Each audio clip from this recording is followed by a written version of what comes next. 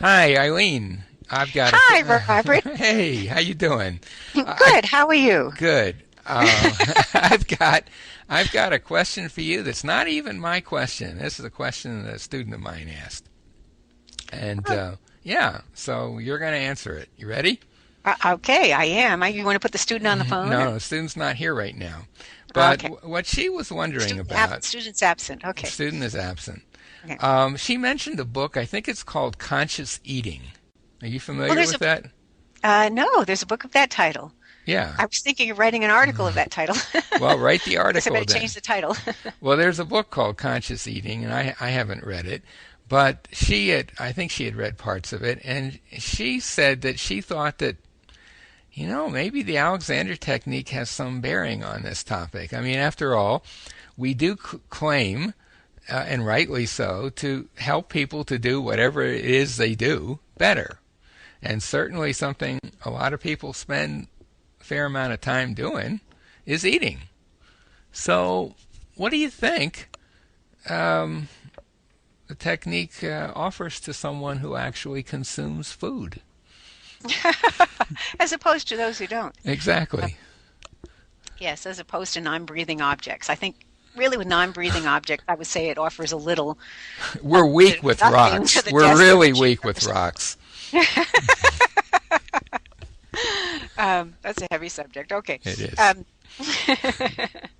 so um, I think really the technique is the key to conscious eating, to real conscious eating. When I say conscious eating, I don't mean sort of a consciousness of what foods to eat and learning about healthy eating in terms of vitamins or how you balance your foods or anything like that, which is all good to know.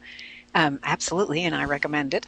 But in the actual process of eating, a lot of people feel they can't control their eating, that they just eat very unconsciously and they eat too much or they eat something that's not good for them or they don't like something that would be very, very good for them to eat.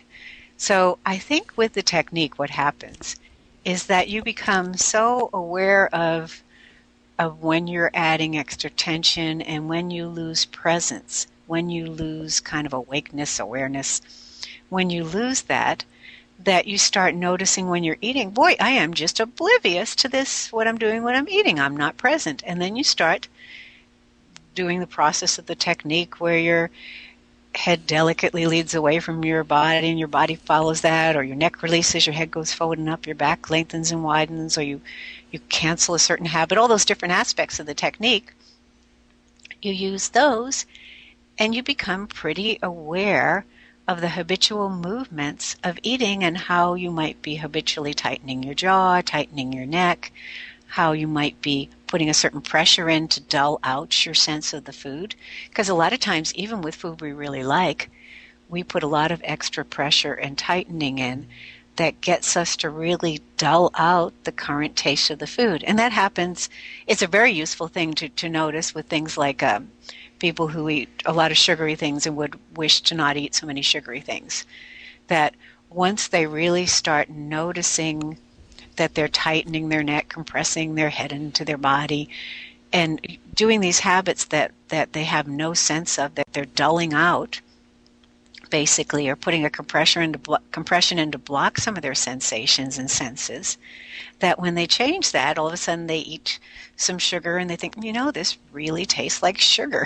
This Right. tastes kind of, but anyway, we really pick up a lot more flavor in the food, and we also become aware more of just how easily our movements can go. So if there's a food, say somebody doesn't like broccoli. I love broccoli, but somebody doesn't like broccoli or something that somebody said, you really should eat this. This is really good for you. A lot of times, if someone's noticing what they're doing with their body and they're not blocking out the flavor of the food, they find they actually like it, or they actually even enjoy the process of the movement of their jaw, the process of what they do with uh, the ease of their neck and chewing, how they pick up a spoon or a fork or a glass. I remember having meals with Marge, and perhaps you remember this experience too, when she would just be so aware. She'd reach for the fork that was sitting next to her plate at the table, and you just knew she could feel what the metal felt like on the fork, that she was aware of that. The ease and the lack of tension in her hand and arm, and the presence and liveliness of her movements and the liveliness of her eyes. And then she would very carefully, or very awarely, if that's a word, with a lot of awareness, she would decide which piece she's going to break off or pick up with her fork. And then she would be aware of bringing it up to her mouth, in terms of just having a lot of ease in her whole body. It wasn't just the hand moving to mouth, the old hand to mouth reaction Right. with the head neck tightening. She was just that whole, just bringing up her hand and arm with the fork in it was just so easy and present, and her body was so easy and present, and her mind. Mm-hmm. And then as she chewed the food, she'd chew it slowly, really savoring that. Mm-hmm. Not only savoring the awareness of her movements, but just savoring the awareness of the taste and the present moment. And it is hard to overeat doing that. Right, it is. Well, And it's such a pleasure to eat doing that, both those things. But you really become aware of when you're full, of what the food actually tastes like. You become a lot more sensitive to how you react to the food. Well, let me just interrupt you here, because I totally agree. I certainly remember dining with Marge on many occasions. And for our audience, we're talking about Marjorie Barstow, who was a teacher we both studied quite a bit with, and I'll put a link to her site next to this interview. The thing is, though, that you have to remember that she was 80s, in her 80s and 90s when we knew her, and she had spent an awful lot of time thinking about these things. And sure enough, she had become highly conscious of every little detail around her. The rest of us, or certainly me, would go nuts during those meals because they would last forever, and most of us were not at that level of consciousness.